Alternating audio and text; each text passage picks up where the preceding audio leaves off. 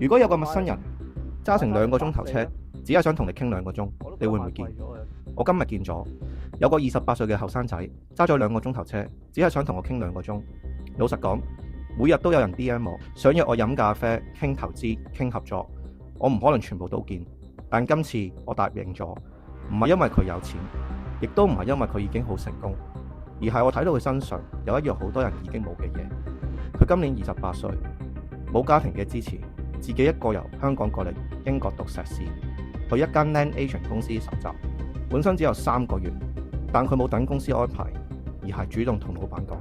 可唔可以俾我留多9個月？最後佢留咗1年。今日佢又揸咗2個鐘頭車，專程過嚟同我交流，一路傾，我突然諗翻起8年前嘅自己。我發現真正令一個人成長快嘅，未必係背景、資金或者人物，而係佢會唔會主動創造機會。其實今日我都唔知道我哋最後會唔會合作，